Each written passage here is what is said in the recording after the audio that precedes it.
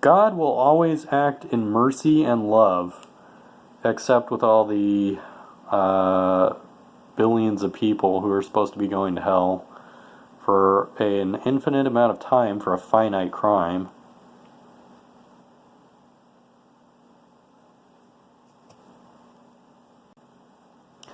Second Timothy 2:24-26. Unbelievers are captives to sin. So freedom is slavery, slavery is freedom. A lot of times I'm just presenting these verses by themselves, hoping that someone will recognize them and go, yeah, when you say it just like by itself, it sounds nuts. Deceptive philosophies. There is no God. So by saying you're an atheist, it's deceptive. What they really think is that Satan is their God. You can't seek truth without God. Again, it's a slogan. It's nothing. There's nothing actually behind it. It's totally ignoring that anybody who's a scientist is actually seeking the truth. More so than any Christian has ever done. It's like they're so backwards. All they can really point to is like ancient philosophers and stuff when it comes to science. Going back to dictionary definitions and people who appear in popular science magazines. Quote mine for those outliers that have something to say against mainstream science or just science at all. So you take someone who is an admired figure and you tear him down in order to build yourself up. Da Vinci looked everywhere for universals, for perfection, but failed. He ended up despondent. Yeah, I'm sure those things are totally connected. You cannot live in a world with no purpose. Sure you can. People do it all the time. No ethics, no rules. It's this fallacy that atheists don't have ethics and rules. Might makes right. No, what you're saying is that God should be worshipped because He is the all-powerful one. You cannot define rules without God. People in atheistic circles do it all the time. It's this idea that secularism just flat out doesn't exist. It's just a conflation of atheists with other spiritual orders, or with spiritual orders, period.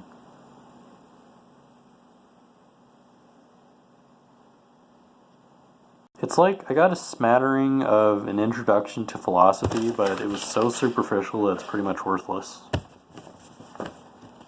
It's like I would have been better off studying an actual book on philosophy. Colossians 1:17, a Christ-centered life, where Christ is Lord of their life. Obey, obey, obey. Or else. September 30th, 2007. In-depth relationships hold us accountable. So you're not held accountable to the law, you're held accountable to the church. And what I've been trying to get everybody to see, really, is that the church can't be trusted to self-police. The church is terrible at holding the church accountable because it doesn't want to. In part because it doesn't want to. The church wants to advance the agenda of the church. That is what they're talking about. They're not talking about holding you accountable to secular law. Holding people accountable to tithing, to being dependent on the church.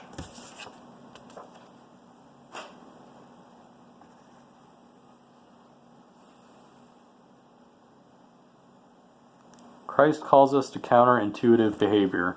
So you're saying unnatural behavior? I thought you said unnatural was bad, at least when you're talking about homosexuality.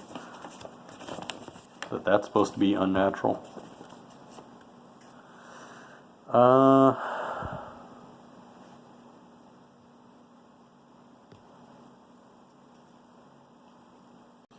Don't build your career plans on your personal desires. God's plans are your priorities.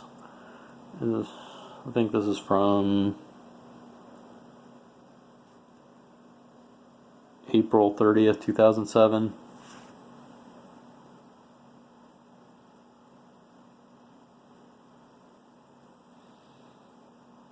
They followed their desires as their foundation. Their house is crooked.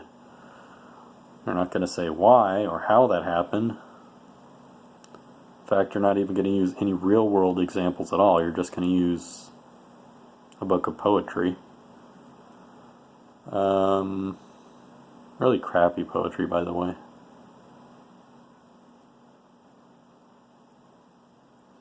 It is difficult to make decisions in the dark. Use Jesus for guidance and never stop.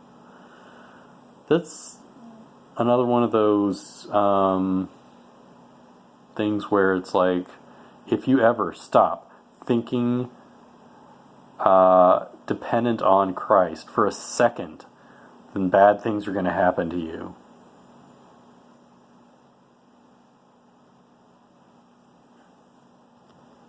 Jesus' plans are more important than money, which is why you should give the church all your money. Now, Romans 8:18, sufferings aren't proportional to final rewards. So it's this idea that, hey, there's a reward for all the terrible stuff that the church is putting you through. We don't actually have to prove it's there. We're just going to say it is. Come on, buy the bridge. It doesn't actually exist. The world is waiting to be freed from decay. And you're going to do that with theology. You're not going to actually do it by actually helping anybody. Creation is getting gradually worse. I saw a graph like last week that had to do with like the number of people starving in the world, and it's gotten better. And this is in spite of religion, not because of it. Evil is an absence of good.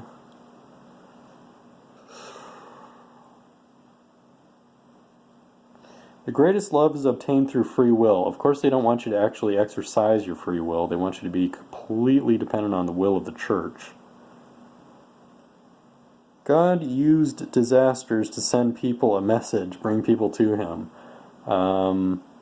There's been plenty of cases where Christian areas have been hit by disasters too.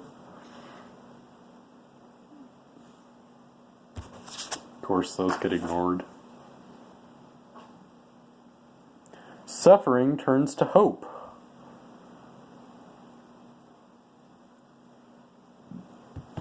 Of course, the reason why you're suffering a lot of times is because of things that the church has done to impoverish you, take away your power, your emotional well-being.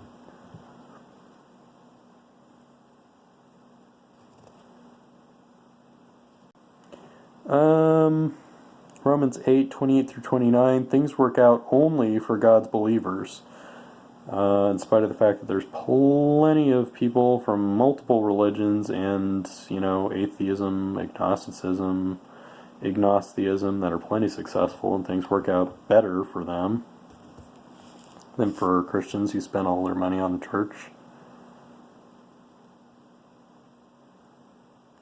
God's purpose is to transform you into a Christ-like beings, not give you stuff.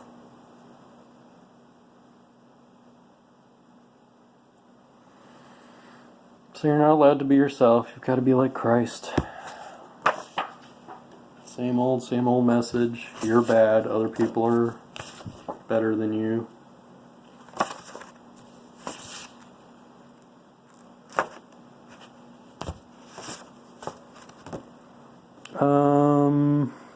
July 1st, 2007.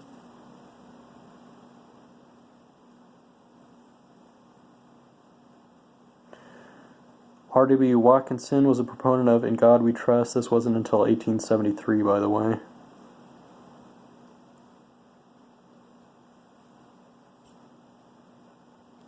Don't place your trust in materialistic things. Of course, if you did, you'd actually have some of the success that the church keeps driving you away from. 1 Peter, the Word is eternal. Doesn't matter that it keeps going through changes every few hundred years because of translations and stuff. The NIV is the most popular version of the Bible right now. Give it a few hundred years and it'll be something else. Ezra 8, 22 through 23, 31 and 32. Ezra turned down man's help for God's help. Congratulations, you used the Bible to support people turning from help from the world or secular sources into solely relying on the church. Doesn't matter if the church falls through on that help. You know, they've got a way of turning even things that aren't ugly into something that's ugly. God doesn't love you because of works. He loves you in spite of hideous sin. So even unconditional love is turned into something ugly. Because it's like, well, God loves this hideous, ugly person. You know, the real truth is that Christianity is ugly. It's disgusting. It's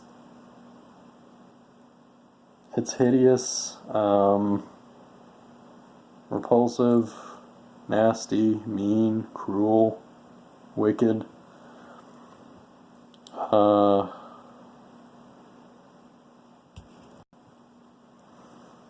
Unconditional love, don't go to Christianity for it. It is unconditional love with conditions.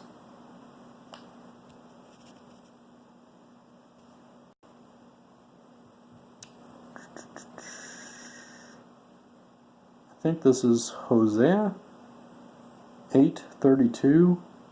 Abraham loved his son, but loved God more, so was willing to sacrifice him. Psychopath. I mean, that's what ISIS does, you know, to families. It goes, well, you love God more, right? So sacrifice your children. And we're supposed to admire them for it?